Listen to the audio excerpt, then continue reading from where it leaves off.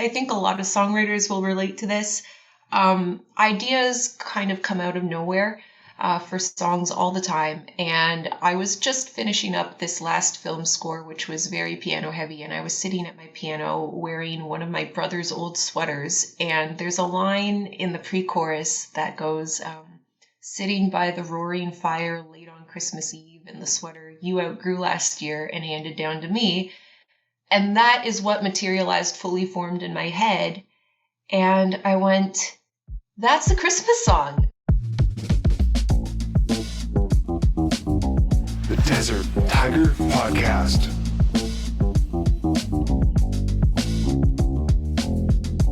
All right, Ambush. And today we are joined by a prolific singer-songwriter who is self-described as a classical music kid who became a musical theater nerd. She has taken that growth, that knowledge, that progression, and turned it into a career of not just making some movie soundtracks, a little bit of TV soundtracks, but also writing some songs of her own, including her own original Christmas song, which we are here to discuss here today with my guest, the incredible Alex Whorms. How's it going today, Alex? I'm great. I'm feeling very Christmassy. How are you today?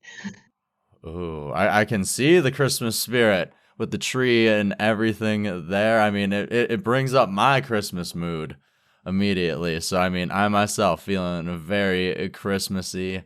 I'm in the mood, and I'm definitely interested to figure out where this new single came from. Of course, it is entitled Christmas Morning, so take us behind the track. How did it come together, Alex? Yeah, well, it was the first lockdown Christmas in 2020, and I laugh about this now, but I was not always a Christmas person. Every year up to 2020, the Christmas season was an absolute nightmare for me as a freelance musician because it gets really, really busy with performance gigs and stuff. And I found that usually I had a really, really difficult time enjoying the nice parts of the holidays just because I was so stressed out at the end of every year. But then in 2020, there were no gigs. We all know what happened. And I, to fill some of that extra time, I had actually re-enrolled in college. So I was at Humber and I started film scoring, and I was coasting through December, and I realized like I had one movie to finish and I had a little bit of a school assignment to finish. And then I just had, dinner with my little bubble, like my immediate family to look forward to over the holidays. And it brought me so much joy that after losing so much, in 2020, I still had that. I still had the one most important thing to me during the holiday season, which was spending time with my family. And so the idea, I think a lot of songwriters will relate to this. Ideas kind of come out of nowhere for songs all the time. And I was just finishing up this last film score, which was very piano heavy. And I was sitting at my piano wearing one of my brother's old sweaters. And there's a line in the pre-chorus that goes, sitting by the roaring fire late on Christmas Eve in the sweater you outgrew last year and handed down to me. And that is what materialized, fully formed in my head. And I went, that's the Christmas song. And I had the time to sit down and write it, which in December, like writing almost never happens. So it all happened very organically, and I was really living that in that excited kind of magical feeling, looking forward to like my brother coming home for the holidays and my family being together. And I just, I really focused on that. And, my memories of our childhood Christmases, and I poured all of that wonderful excitement into the song, and now it's finally out 2 years later. So you've been sitting on this for a while then? Yes, I have. I think so. I wrote it like, as I said, the first draft was written in Christmas 2020. And after that, I had another term in my composition program at Humber. So I actually worked on the string arrangements and like the other instrument arrangements as I decided to turn it into an assignment for my composition program there. So I worked on it through till spring. And then, things started opening up again and, I resumed gigging, but then, Christmas of 2021 came around and I remembered it. And then we started recording it early this year. I think it was the spring. We had our first recording session and now it's here. So I was sitting on it for quite a while. But it finally felt like the right time and the world felt open again. I think that was another thing too, releasing music in lockdowns. I released a few things and I didn't really enjoy it as much. So I kind of held off until it felt like things were semi-normal again. It's not really the same when you can't get out there like on a stage and like play the music in front of someone and actually see how they react to it, Exactly. I've been lucky enough, this past year. I mean, I'm sure a lot of the other musicians on the podcast may have mentioned this. Like, it has been an absolute whirlwind. Like, we went from having, none of that. Like, I released a couple of cover songs just basically into the internet while basically sitting right here and playing on Zoom, and not really having that stage, audience reaction.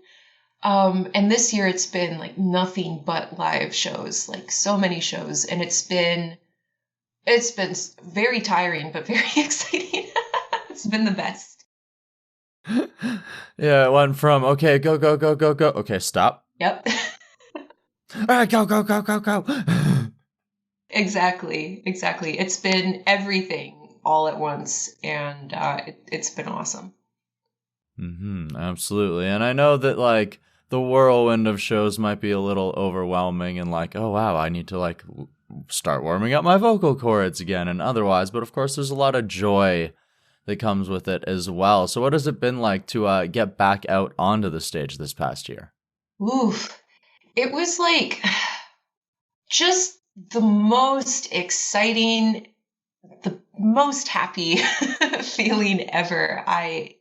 And there are so many reasons for that. So I spent 2 years at home having extra time to practice, having time to go back to school. And I really feel like becoming a film composer, right? And I feel like I came out of lockdown with a whole bunch of new skills, many new songs, and getting back on stage kind of new and improved from all the time I got to spend practicing and writing. It just felt so good. And on top of that, being reunited with everyone, with my band, with new like audiences that I knew before COVID and the new people too. Everyone's just so excited to be back in live music settings. And you're right, like it's been exhausting, but every time, like I'll walk into the venue half asleep, and then every time we start and we get to feel that excitement and I get to share something that I'm excited about and, have people react to it in real time, like the exhaustion just disappears. And it's amazing. I don't think there's anything like it. Definitely not. It's one of those things where I say is music is magic. I would agree for sure. All right. And of course, I want to dive into a little bit of playing with your band a little later here. But before we get there, I want to still dive a little bit more into this single here because you also released a music video for Christmas morning. So who helped you to bring that to life? Oh, my movie director friend, Jason Lin, was my teammate in making that happen. And he and I met through Zoom during the lockdown, when he hired me to compose the soundtrack for one of his movies. And he just mentioned an interest in doing music videos. And I said, well, I've got songs, I need music videos. So Jason and and we talked about, like he and I talked, he had some really, really interesting out of the box ideas for the music video. And we were going back and forth on like having ballerinas on a beach and like some really, really cool, interesting ideas that I would never have thought of, because Christmas Morning is a very personal song to me. But when we got the final master from the studio and I was listening through it one last time, what popped into my head was really kind of what I was seeing as I was listening to it in my imagination was really kind of the actual evening that I had the idea for the song, and just sitting at home and, the imagery of the lyrics, the fireplace, the plate of cookies, the snow. And I thought, like, why don't we just take the lead of the lyrics and do something simple and, kind of keep it at that. And that's what we ended up doing. And Jason, being a filmmaker, knows a whole bunch of, we had a wonderful, I think it was an 8-person crew come in, from the lighting technicians to the cinematographers to people doing data transfer. It took me over a week to put up all those decorations by myself, but we got that done. A lot of sweat and trips to Michael's. And and I think what we ended up with was just a really, really beautiful kind of representation of what the song means to me and my family. And we have shots of our old photos of my brother and I when we were little kids at Christmas. And I think what we ended up with is just a very universal and kind of relatable song and video, that from what people are telling me is something that they really see themselves and their families in as well. Awesome. Heck yeah. Reminds them of their own favorite Christmas memories. Yeah, I mean, I hope so. So, of course, you speak of reception, and for some of us who maybe follow you on social media, I mean, we've seen the reception of your cat Blade, but what has been some of the other reception to this track so far? Yeah, well, everyone loves seeing the cat videos, and I love making them, so Blade will, I'm sure, continue to make many appearances on my socials. It's funny because he gets more views than I do, but I'm not mad about it. The reception, well, I'm getting a lot of people are saying, oh, it sounds like a classic. Like, this is a song that sounds like I've heard it before, not because the melody or the words are reused, but because the production approach we took is very nostalgic sounding, very old school, very classic sounding. So I'm getting that comment, which is making me very happy. And also a lot of people comment on the imagery and the lyrics and the storytelling of it, because I mean, I think it's vague enough that, I could be singing about any kind of close friend or family member, but people still seem to pick up on, even people who don't know my family, they go, oh, is this a little brother? And I go, yeah. And somehow people know. And it's from the perspective of me, now being an adult, and my brother and I having moved out, and started building our own lives, but still being able to come back home for Christmas and feel a little bit of that magic from when we were little kids. And, a lot of people tell me that having been through the same experience, either with their kids growing up and moving away, or, the adult kids themselves, and how it feels to go home and see your family again. Like, I think a lot of people are just really enjoying being able to hear the song and think about their own families at Christmas. For sure. I mean, as one of those kids who has moved away and tries to return as many Christmases as possible, I know how this feels. Awesome. All right. So, of course, I'd like to know a couple of your other Christmas favorites. I mean, other than what we can hear from the song. So, of course, we're going to do a little bit of a speed round thing, I guess. I don't know. We'll see. Let's do So, it. Yeah. I see a lovely tree behind you. So, what is your favorite Christmas decoration? Oh, I've got this little grand piano ornament. Do you want me to grab it? I can show you. If you want to, go right All ahead. right, sure, why not? Since you're basically in my...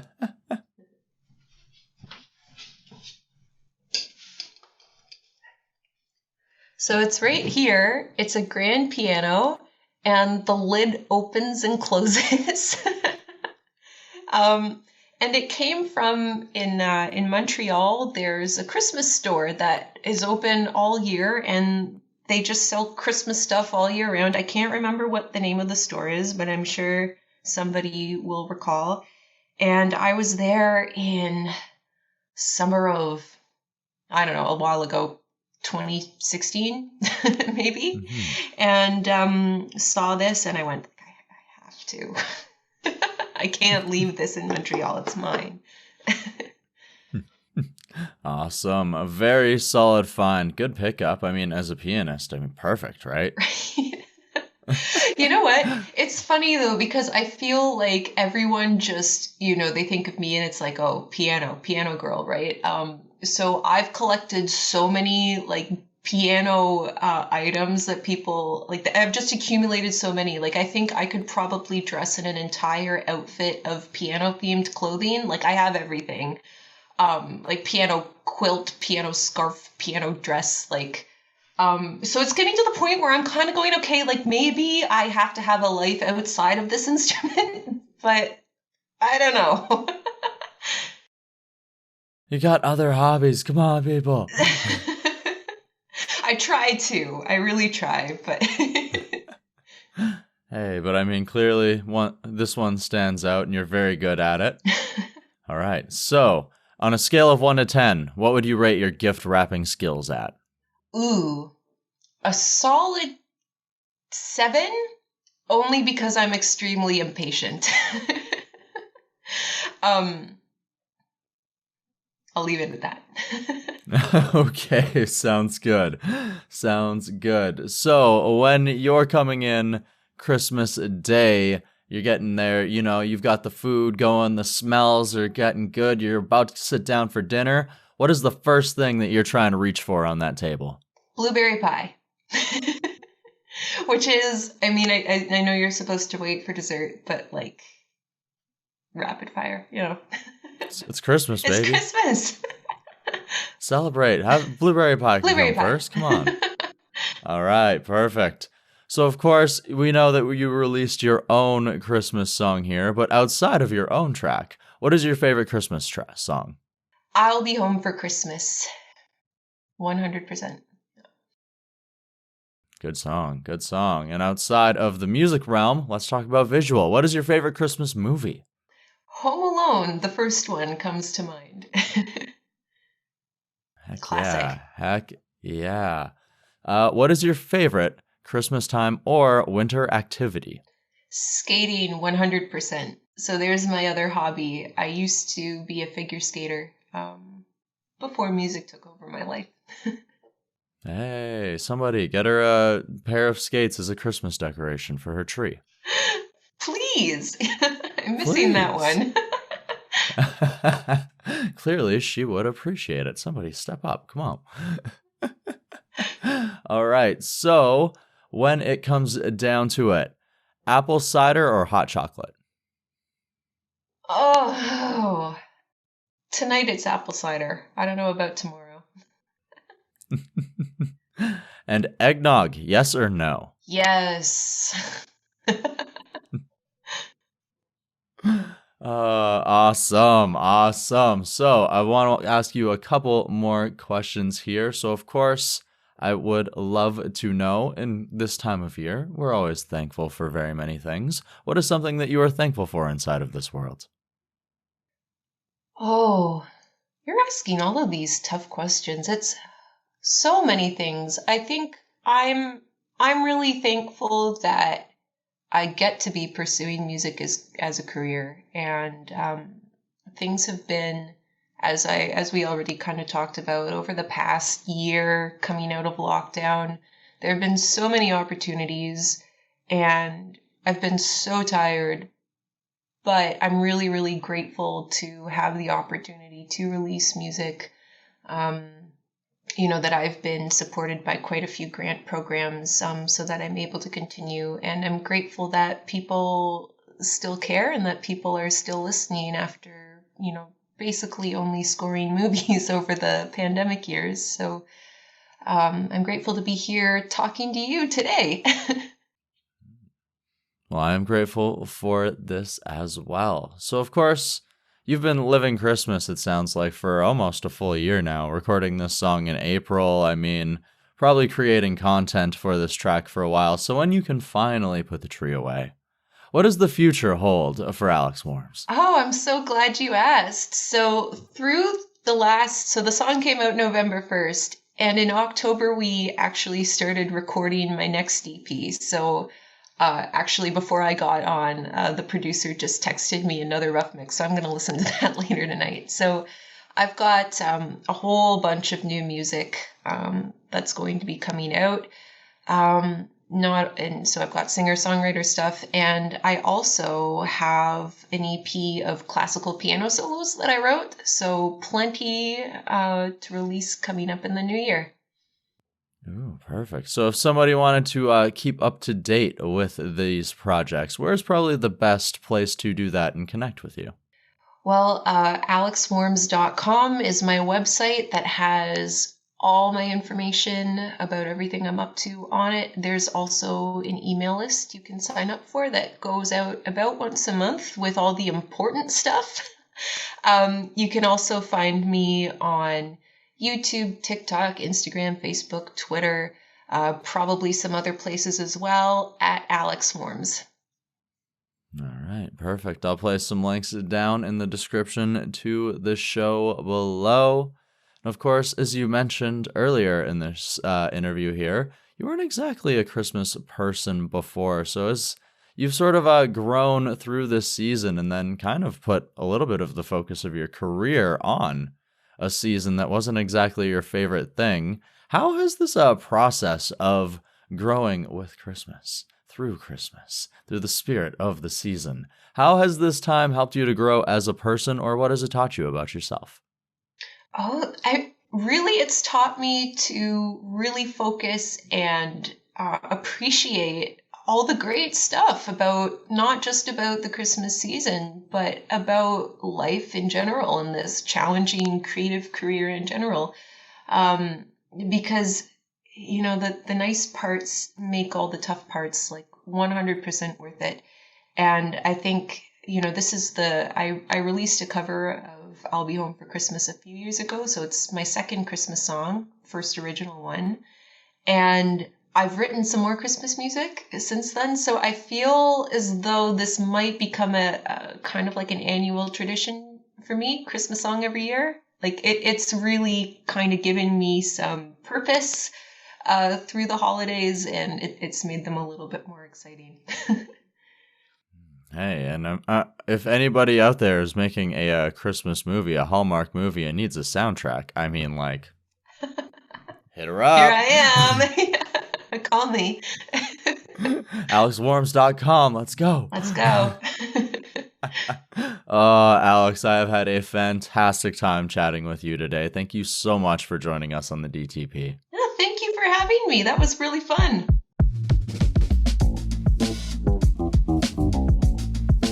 The Desert Tiger Podcast.